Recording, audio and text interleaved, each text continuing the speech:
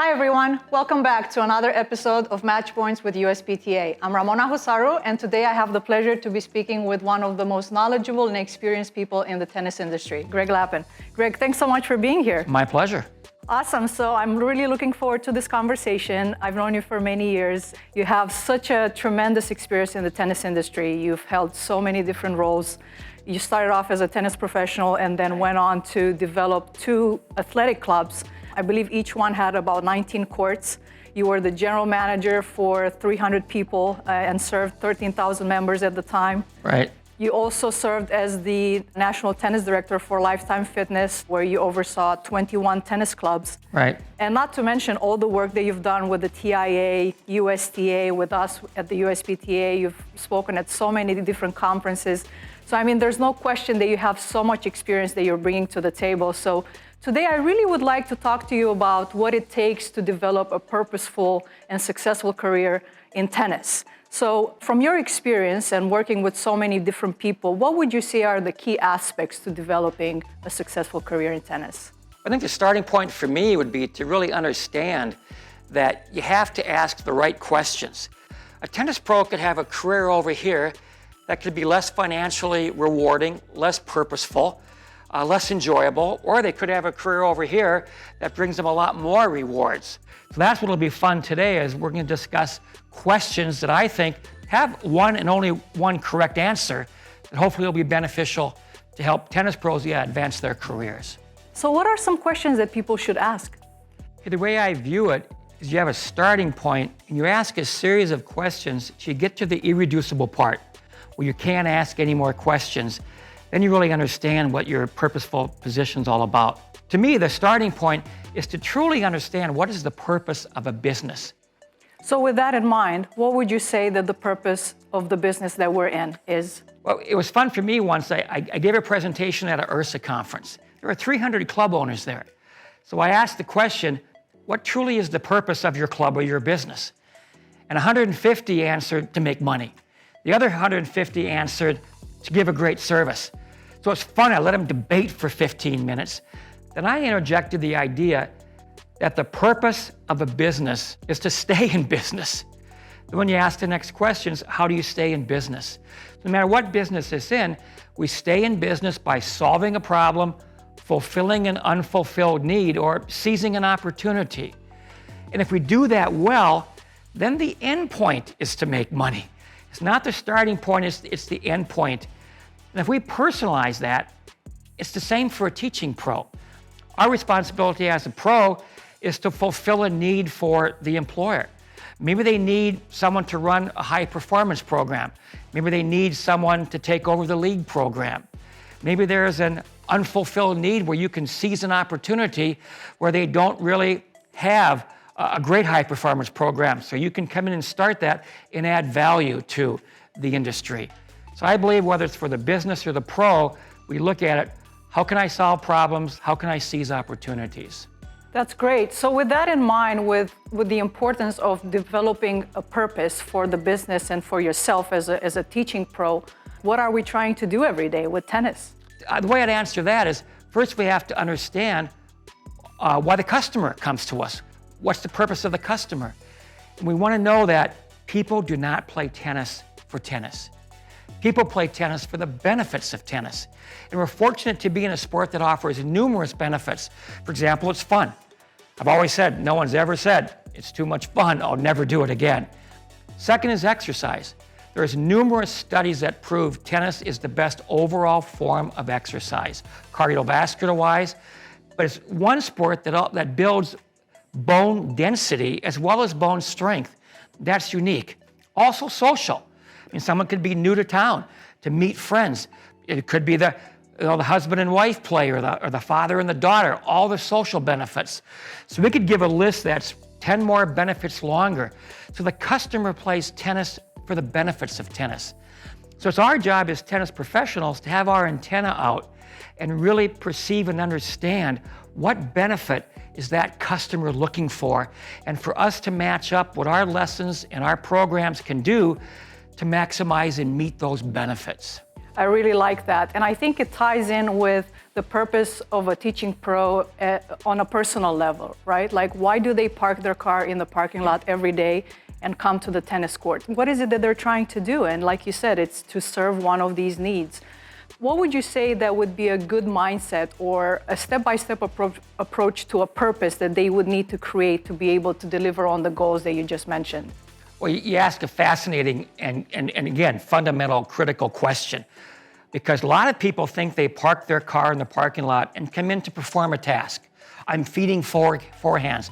I'm a locker room attendant. I hand out towels. I'm a front desk person. I greet somebody. Totally, again, wrong answers. We don't park our car in the parking lot to come in and perform a task. We come in to perform a function or a mission. So again, the purpose of a tennis pro is to create a positive lifestyle, to create an environment that's so enjoyable for the customer. And that's done by, like we just said, fulfilling all the benefits that they come for. And if we can meet those needs and we can really create a positive lifestyle, now we really understand why a customer plays. But the next critical question in what you're asking, it's also why a customer stays. So when you ask that question, not only are we meeting the benefits, but our job is to create an emotional connection. In fact, there's been tremendous work done. There's a book by Gallup called Human Sigma. It's about that thick. And then also there's a gentleman named Patrick Luciani who's done a lot of work on leadership. And the only conclusion they both reach is the only reason, or the only concept that creates customer loyalty is to create an emotional connection. So with that in mind, you just said emotional connection. How do we build that? How do we create that emotional connection with our players, with our students, with everyone that we come in contact in the club? Oh, we do that by understanding there's opportunities every day. So if you're a tennis professional on court 4 walking back toward the clubhouse and you see a member on court 1, and you can see that they've got the ball machine and they're fumbling with it, and you can tell they don't know how to use it. Do you walk by? No, you create that emotional connection that you walk out and introduce yourself as a pro and say, is this the first time you've used a machine? You teach them how to use it, but then don't stop there. Ask a few probing questions. Is this the first time you used it? Are you new to the club? What activities do you do? That's an emotional connection. Someone could be in a new group in adult lessons. And you go around in the beginning and say, tell us a little bit about yourself. Are you new to the club or whatever? And if someone says, well, I'm new to town, you don't stop there. When the class is over, say, if you're new, would you like to be in a women's league? I have Mildred here who has a team of 3-0 like you. Would you like me to call you? So it's continually looking for ways to create that connection. And that connection, Patrick Luciani points out in his work, there are stages to that and concrete ideas. The first is to show that you're competent. So give a competent lesson. Be good at what you do. The second is to show integrity. In that club you mentioned, Rochester Athletic Club, what we built from scratch, and I was general manager, I pulled my tennis director in and say, we're going to have a lot of leagues here. And if someone, man or woman, is truly a 3.5, but they want to be in a 4-0 drill or 4-0 league, I want you to tell them no. I'd rather lose a member than lose our integrity. So you're competent, you have integrity, and then that will build a passion, and that builds trust. So the foundation of any relationship, personal or business, is having trust. When all those things, the sum of all that, is a person will have a passion for the business and want to come back, and what you have then is that emotional connection. So it's limitless if you look for ideas, how you can create an emotional connection, and that creates customers for life. That's where your retention comes with. I really like that, and I really think it ties in with the personal mission that each pro has and sets for themselves as to what they're trying to deliver every day and what they're trying to accomplish every day. So if they make that as a goal, that I'm going to try to give my best and try to create these opportunities and connections with my students, obviously that's going to lead into that customer loyalty that we're looking for. Because we want to do it in a genuine and honest way, right? We want people to come back because they really appreciate everything that we've done for them. Ramona, you said two really profound things there. One is that it really is the pro's behavior that creates the customer loyalty. Because in my training in my clubs, our customer service definition had 3 components. We could not meet customers' expectations, we could meet their expectations, or we could exceed their expectations. Obviously, trying not to meet their expectations was unacceptable. But on a scale of 1 to 10, if a customer was looking for a 7 and we gave them a 7, we met their expectations. They left happy campers. But if they're looking for a 7 and we could give them a 9, that exceeded expectations. But the only way anyone can exceed an expectation when it's the tennis pro's personal decision to go the extra mile. A manager can't force someone to do that. I believe every tennis pro will be even more successful if they realize I'm going to exceed expectations. And again, there's so many concrete ways to do that. When I taught groups, I would bring out every time. It wasn't optional, it was mandatory for me. I'd bring out a big easel with a huge marker board sized tennis court on it. And when we'd explain the next concept we'd do, I would draw it out. For those drills, I'd always have a fun title for it. It was the lethal lob. It was the hate drill. All right, so try to make it fun again for the people, and I'd have a handout for every drill. So I'd hand it out to people. So to me, that wasn't going the extra mile. That was trying to create that great atmosphere of customer service and creating customer loyalty. And the other thing you said is, it has to be genuine. If someone should really enjoy people, or I'd say, become an accountant instead and be in an office all day. And that can go in so many different directions because, as we know, as pros, we teach so many different levels, right? So many, we come in contact with so many different types of players, and it's important for us to find the type of players that we enjoy working with, and maybe try to go in that direction more and specialize in that direction and get more training and offer all these different options for them in order for them to come back. So in many instances, we're not stuck with one particular age group or type of player. If we want to change it up, we can. Oh, once again, you're totally correct. Whether it's this, teaching, or anything else, one idea is called social styles. A tennis pro should really Google that and understand that. First of all, understand your own social style, but also understand the social style, I'll digress for a second, of your customer. And someone could be analytical, someone could be a driver, someone could be much more social, someone could be an idea type person, and we should teach that. If someone's a driver, we don't explain in great detail. And if someone's social, you get them connected. So yeah, someone should understand how you want to teach the style of your student, but also you should understand, again, what your strengths are. I will pass away very happy if I never have to teach another 10 and under drill. I don't have the patience for it. But I really did enjoy teaching adult beginning lessons because they laughed at my jokes, right? So they were new to it, and I felt I really, once again, could really entertain them. So you're totally correct that pros should find their niche and continue to develop strength. I think it's more critical for somebody in their career path to continually develop strengths.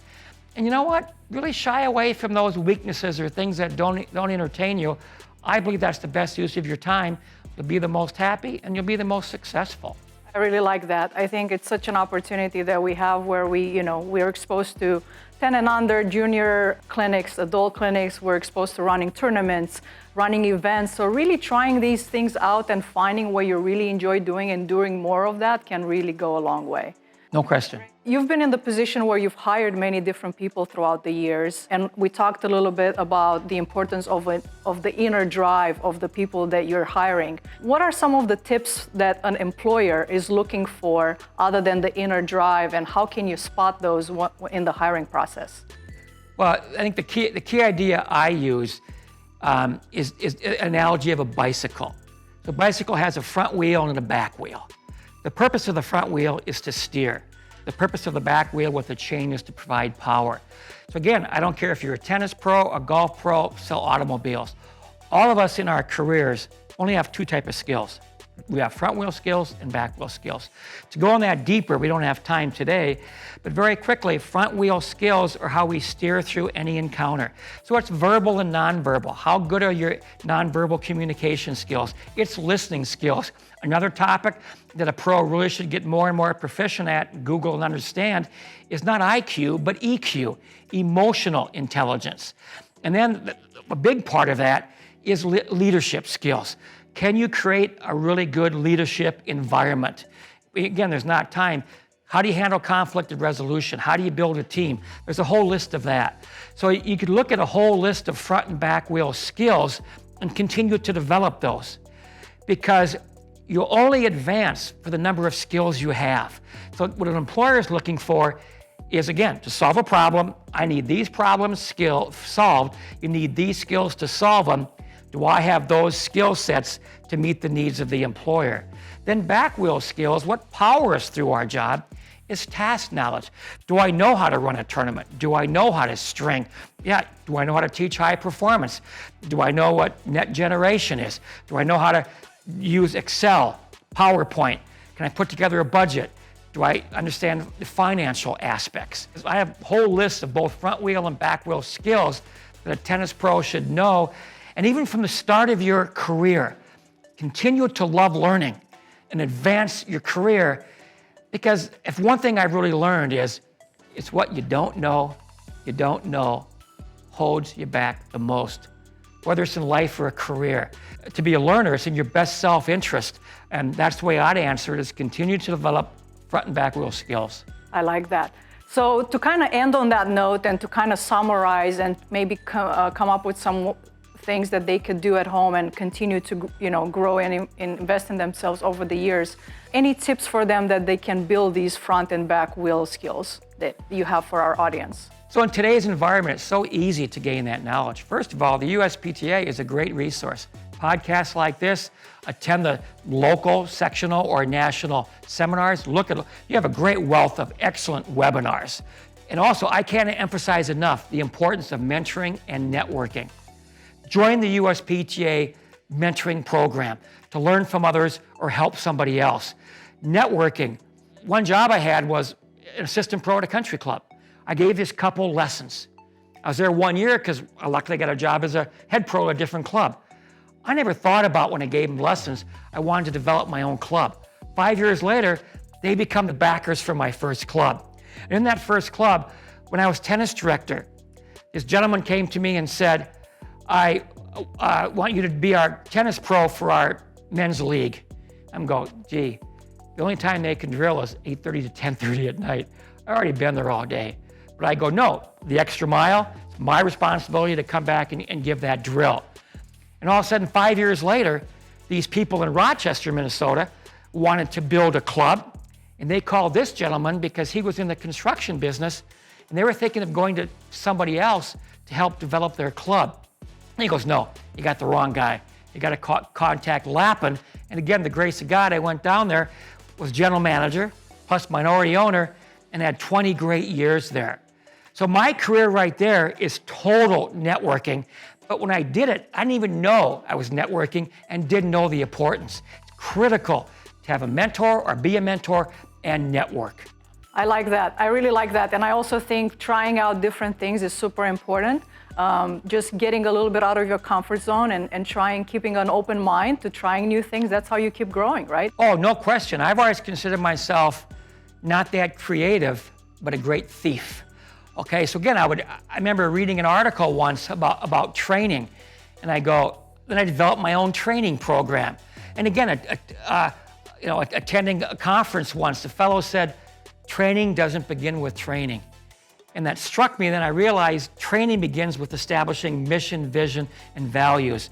And so I always wanted to learn and do more things and get out of the comfort zone. I'll tell you right now, when I was first a general manager, I didn't know what I didn't know, and some things were scary. But by learning and asking and networking and saying, I can figure this out, I'd like to think I became more successful. So what you're saying, again, is totally correct, and people should get out of their comfort zone and learn and grow. And It's more fun. And try something new. Try something new, by all means. So Greg, we're coming close to an end here. We're now on match point. What are 3 things that you would like to remind our coaches in the audience that they need to keep doing in order to keep winning in their career? I would emphasize again what you just said about trying new things, and to understand that you have to ask a series of questions, and then you get to the irreducible part. So one thing we can't cover right now is what truly is the essence of tennis. Every pro should understand the essence of tennis, of how they give lessons. So you keep asking a series of questions and get better and better answers, help your customers, and then you grow as well and become more successful. And that idea, but we know why people play, we know why people stay. And it's all about creating an emotional connection. And then lastly is to understand, if you think you park your car in the parking lot and to perform a task, how dull and boring is it really, honestly, to feed 500 forehands a day? Understand, we don't have to make it up. We're in a career that truly can have an impact on changing people's lives, and you're building a positive lifestyle.